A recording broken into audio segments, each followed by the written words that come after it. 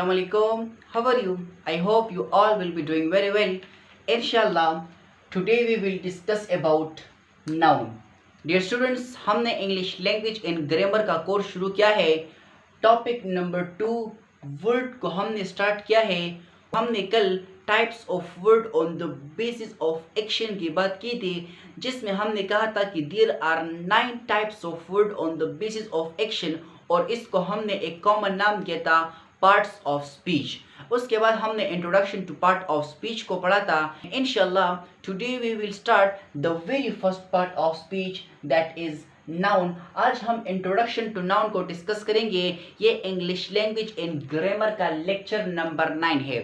Students, noun के terminologies की अगर हम बात करें, टर्मिनोलॉजी की, या अगर हम सिंपली कह सकते हैं हिस्ट्री की अगर हम बात करें अबाउट नाउन, तो word noun is derive from a French word nomen, और इसका मतलब है name.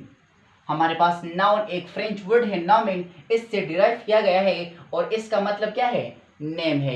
That's an interesting information about noun, जो कि बहुत सारे कम स्टूडेंट्स को इससे पहले पता होती है, क्योंकि जितने भी इंग्लिश इंस्ट्रक्टर्स होते हैं वो जब भी स्टार्ट करते हैं तो वो डायरेक्ट डेफिनेशन से नाम स्टार्ट लेते हैं. That name of person place thing और आइडिया इज कॉल्ड नाउन. लेकिन आपको ये पता होना चाहिए कि नाउन का जो वर्ड है ये कहाँ से आया है. The word noun came from a French word nomen which mean name.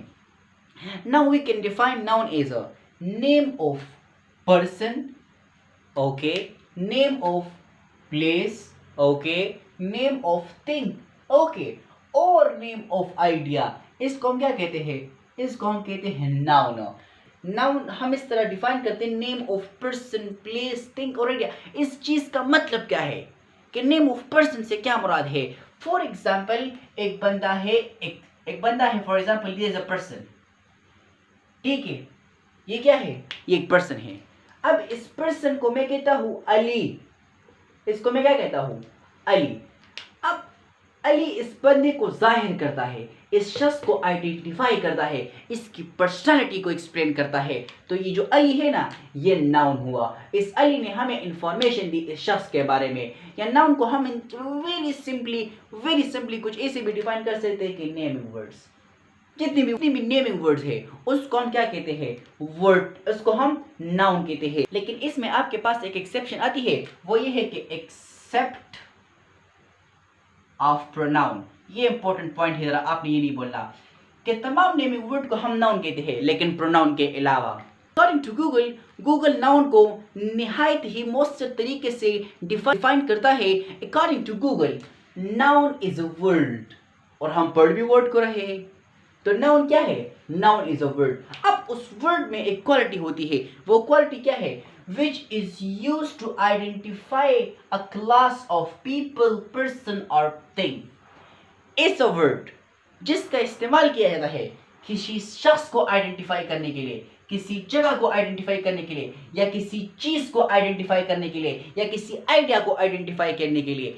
ऐसे अल्फाज जिसका इस्तेमाल किसी शख्स, किसी जगह, कोई चीज या कोई आइडिया आइडेंटिफाई करने के लिए किया जाता है, उसको हम कहते हैं नाउन. या किसी पर्टिकुलर चीज को आइडेंटिफाई करे उसको हम क्या कहते हैं? नाउन. तो नाउन को हम 3-4 तरीकों से डिफाइन कर सकते हैं. Number 1, name of person, place, thing और आइडिया. Number 2, naming words. और एक ये कि noun is a word which is used to identify any of class of people, place और things, or to name of particular one of these. Dear students, एक sentence में noun as a subject भी आ सकता है, एक sentence में noun as a object भी आ सकता है. मिसाल के तौर पर मैं कहता हूं कि Sara wents to the store. Sara wents to the store. In this sentence Sara is doer of action. Store में कौन गया? स्टोर में गया है सारा. अब ये जो सारा है ये डूअर ऑफ एक्शन है, तो ये सब्जेक्ट है, लेकिन सब्जेक्ट क्या है? नाउन है. तो इसको हम कहते हैं नाउन एज अ सब्जेक्ट. इसके अलावा we can use noun as a object in a sentence. For example, I can say she gave him a book. She gave him a book. ये किताब किसको दिया गया है? ये किताब दिया गया है हिम को, तो इस बुक को हम क्या कहते हैं, ऑब्जेक्ट है, और बुक एक नाउन भी है, तो इसको हम कहते हैं नाउन एज एन ऑब्जेक्ट। ये चीज आप इस चीज के डिटेल में नहीं जाए, क्योंकि जब हम फंक्शन ऑफ नाउन को पढ़ेंगे तो noun is a subject, noun as object, noun as a complement, noun as a preposition, ये सब कुछ इंशाल्लाह वहां पर क्लियर हो जाएगा। यहाँ पर एक इंपॉर्टेंट टर्म हम डिस्कस करते हैं, वो है क्लासिफिकेशन ऑफ नाउन। अक्सर स्टूडेंट्स और टीचर्स क्लासिफिकेशन ऑफ नाउन और काइंड ऑफ नाउन में कंफ्यूज हो जाते हैं, लेकिन there is a clear difference between classification of noun and kind of noun. Classification of noun, हम दो में नाउन को क्लासिफाई करते हैं, हम पूरे नाउन को दो चीजों में डिवाइड करते हैं कि जो भी आप नाउन लाते हैं वो या तो कॉन्क्रीट होगा या एब्स्ट्रैक्ट होगा। तो we can classify noun into two groups, that is concrete noun and abstract noun. जबकि काइंड ऑफ नाउन की जब हम बात करते हैं तो we actually discuss about type of concrete noun. ठीक है, जरा कॉन्क्रीट नाउन को देखते हैं। कॉन्क्रीट नाउन ये है कि a noun that refer to a physical thing, person और प्लेस।